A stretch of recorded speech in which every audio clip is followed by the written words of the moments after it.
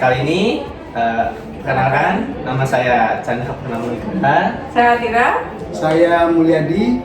Ya, kali ini kita akan membahas sebuah buku karya dari Mark Manson berjudul Sebuah Seni untuk Bersikap Bodo Amat. Kali ini kita akan membahas bab 7 dengan judul Kegagalan Adalah Jalan Untuk Maju. Saya sedikit bawakan cerita mengenai pengalaman pribadi penulis terkait kegagalan. Penulis ini sebenarnya dia seorang yang berkecukupan. Sebenarnya dia bisa saja untuk hidup enak gitu, cuman dia lebih memilih untuk berusaha menjadi wira swasta. Dia rela gagal gitu dengan standar keberhasilan yang dia miliki. Jadi dia mendefinisikan kegagalan itu ketika kamu tidak bisa mewujudkan apa yang kamu inginkan.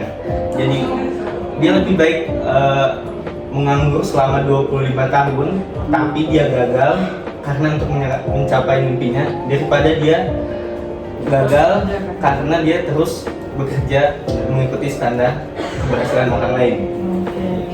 Jadi di sini dia memilih buat usaha sendiri lah ya. Usaha sendiri. Jadi kegagalan yang mungkin dipandang orang lain justru adalah keberhasilan bagi dia karena dia berhasil meskipun gagal dalam usahanya, tapi dia berhasil mewujudkan mimpinya. Gitu.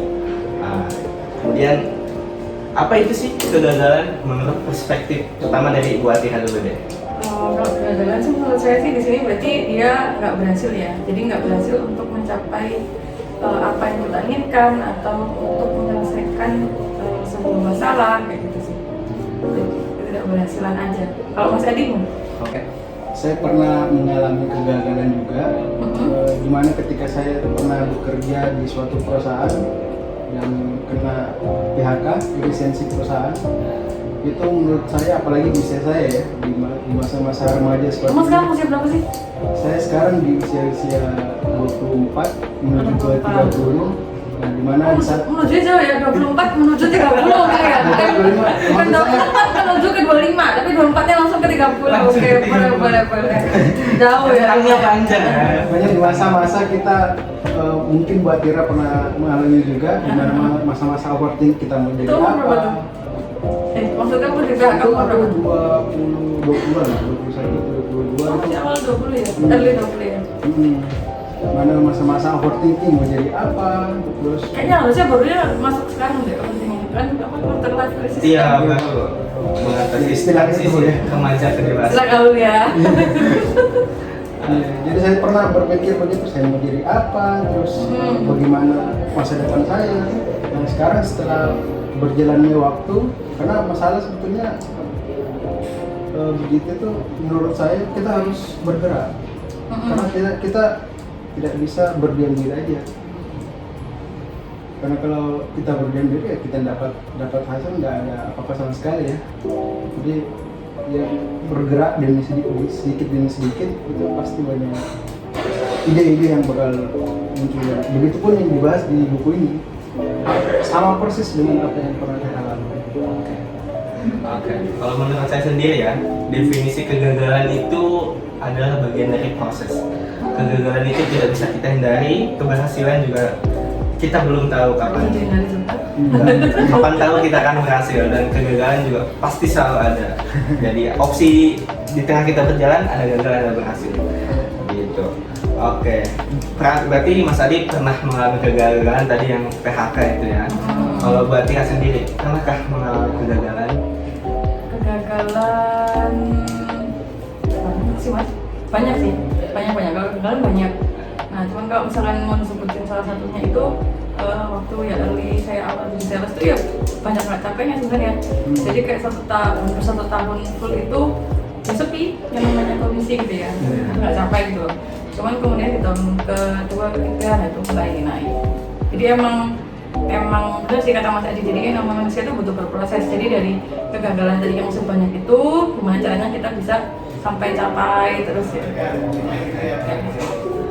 Kalau saya sendiri ya, kegagalan yang pernah saya alami, Apa tuh? saya kan masih usia muda ini. Berapa usia Anda? Saya 21, masih 21 tahun. Menuju ke 30. 40 lah ya. Tanya ke Enggak. Kegagalan yang pernah saya alami terutama ya pada saat SBMPTN saya gagal, kemudian bekerja di perusahaan terbesar juga gagal. Saya memiliki keterbatasan fisik waktu itu, jadi saya sempat frustasi di situ melihat teman-teman saya yang sudah bekerja, yang sudah berkuliah. Jadi itu kegagalannya. Kemudian dalam pekerjaan juga saya pernah mengalami kegagalan di perusahaan sebelumnya yang kurang mendukung karyawannya lah. Terus dari buku ini juga kegagalan itu tidak hanya menimpa kita, orang-orang dewasa atau remaja gitu. Kegagalan itu bisa menimpa siapa saja. Ya, karena masalah itu sebenarnya nggak ada habisnya, Bu. Masalah nggak ada. Habis sih kalau sudah mati mas. Iya, maksudnya. Seperti dalam Tergantung cara penyelesaian masalahnya seperti apa. Kalau waktu itu gimana tuh mas ceritanya? Apa namanya? Bangkit ya? Nah, itu. Kan itu banyak tuh. Ada pertanyaannya. Oke. Melihat dari contoh dari buku ini ya, kegagalan itu bisa menimpa siapa saja.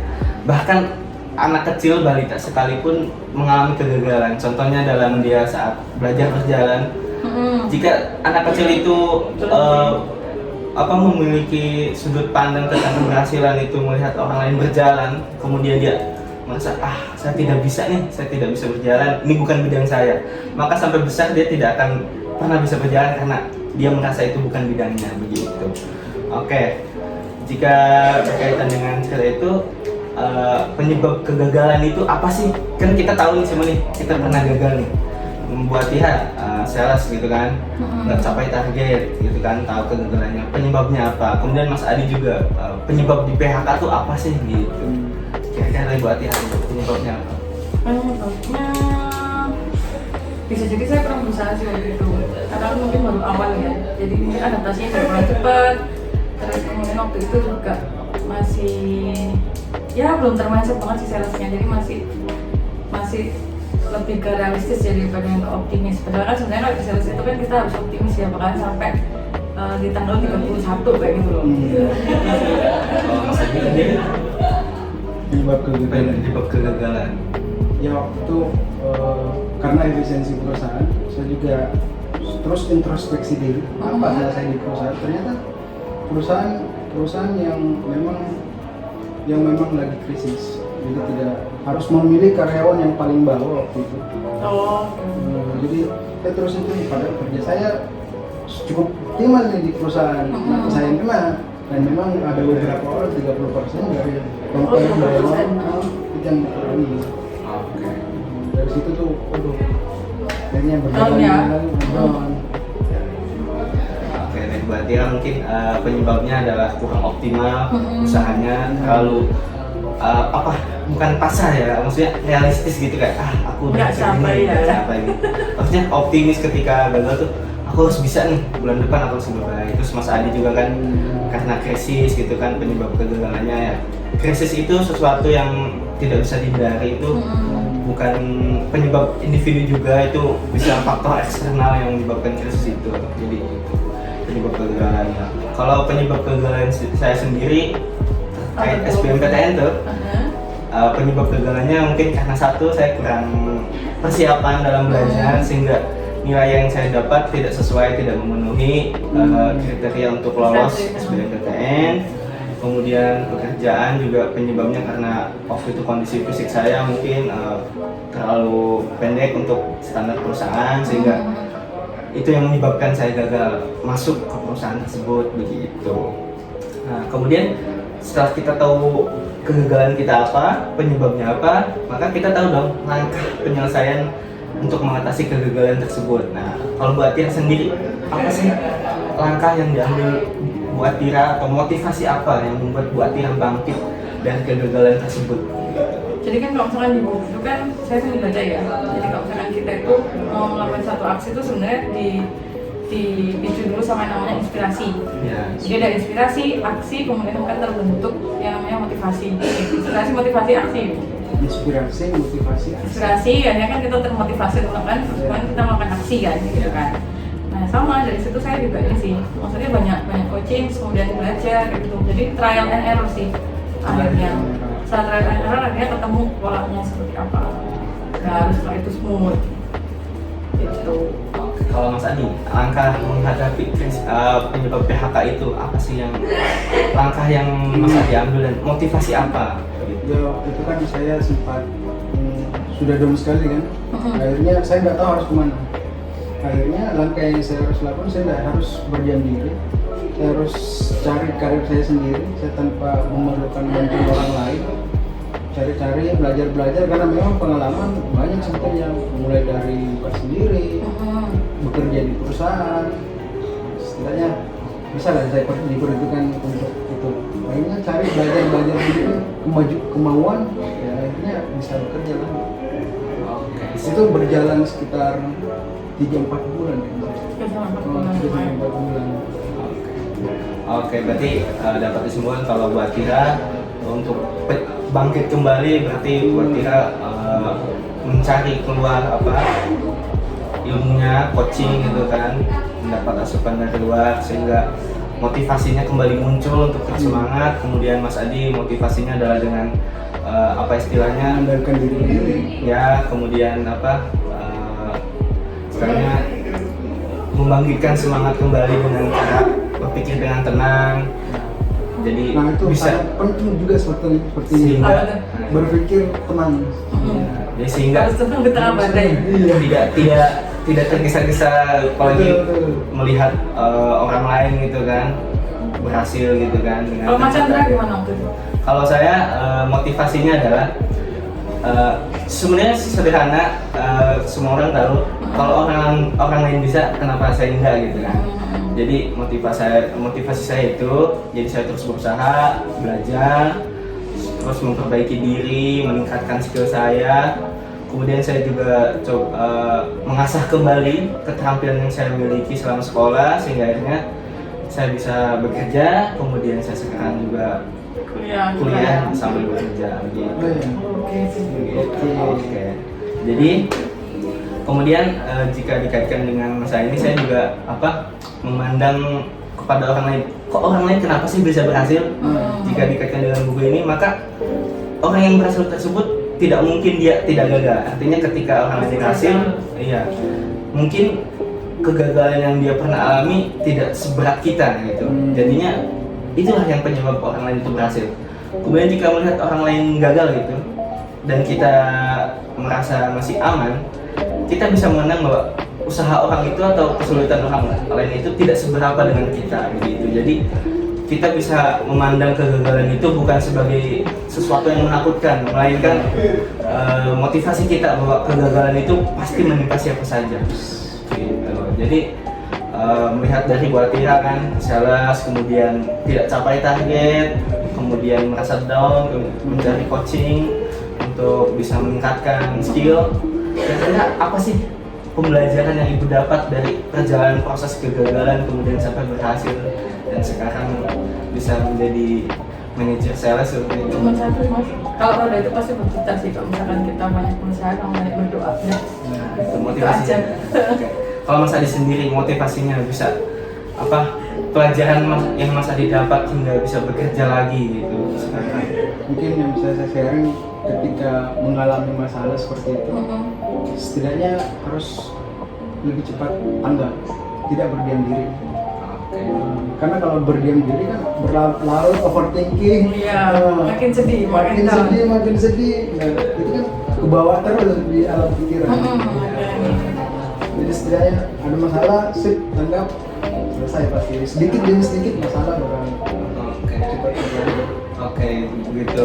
Berarti kalau buat Tira memahami bahwa kita nggak akan selamanya terpuruk seperti roda. Jadi saat kita terpuruk, kita yakin bahwa suatu saat kita akan naik ke atas seperti roda, kita akan bangkit. Begitupun kedepannya. Bukan berarti ketika sudah naik, kita akan selamanya naik. Karena seperti roda, turun juga. Nah, karena kita sudah kehidupan gue. Mengalami itu, kita bisa lebih menghadapi kesulitan itu lagi berkaca dari pengalaman sebelumnya. Kemudian Mas Adi juga saat kita gagal, kita jangan terlalu meratapi kegagalan kita. Kita harus terus bergerak gitu. Atau kita bisa tertinggal kalau kita hanya berdiam diri begitu.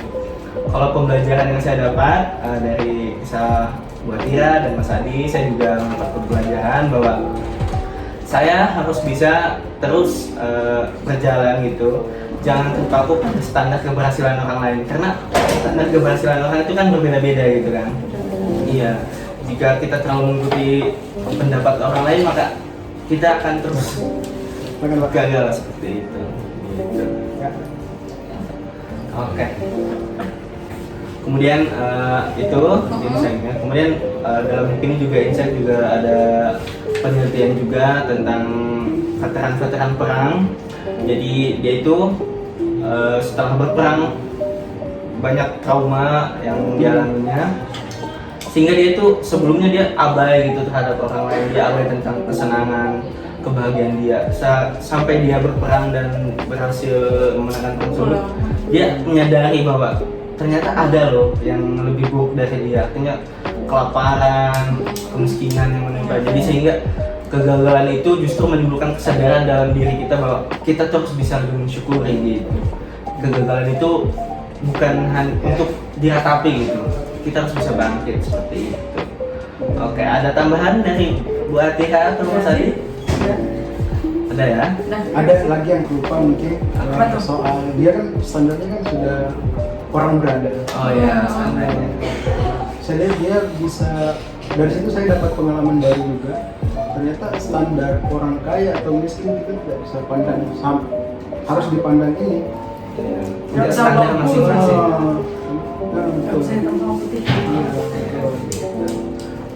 Karena kaya atau miskin harga diri tidak ditentukan dari situ ya.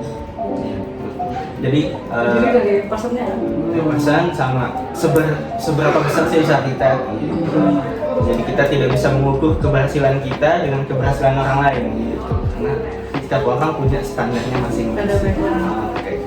Jadi cukup ya. Oke. Jadi kesimpulan yang bisa kita dapat adalah dari mulai latihan terus belajar, kemudian Mas Adi tidak berdiam diri, terus bergerak gitu kan. Artinya sejalan dengan buku ini saya juga terus mencari pekerjaan, meningkatkan kemampuan belajar saya. Jadi bisa diambil kesimpulan dan sesuai juga dengan perkataan Mahatma Gandhi. Jika kita berusaha, mungkin kita akan berhasil, mungkin kita juga gagal, karena kegagalan itu tidak bisa kita hindari ya. Nah, itu. Tapi jika kita tidak melakukannya sama sekali, sudah pasti kita akan gagal. Sekian dari saya dan dari Bu Atiha dan Mas Adi, pembahasan buku sebuah seni untuk bersikap bodo amat bab 7 mengenai kegagalan. Terima kasih semuanya sudah menonton bedah buku kali ini sampai selesai. Jika ada kekurangan bisa di komen. Jangan lupa like dan subscribe juga. Nah, jika ada lebih atau ilmu yang bermanfaat bisa diambil gitu. Oke, kami tutup bedah buku kali ini. Sampai jumpa di bedah buku berikutnya. Selanjutnya. Dadah.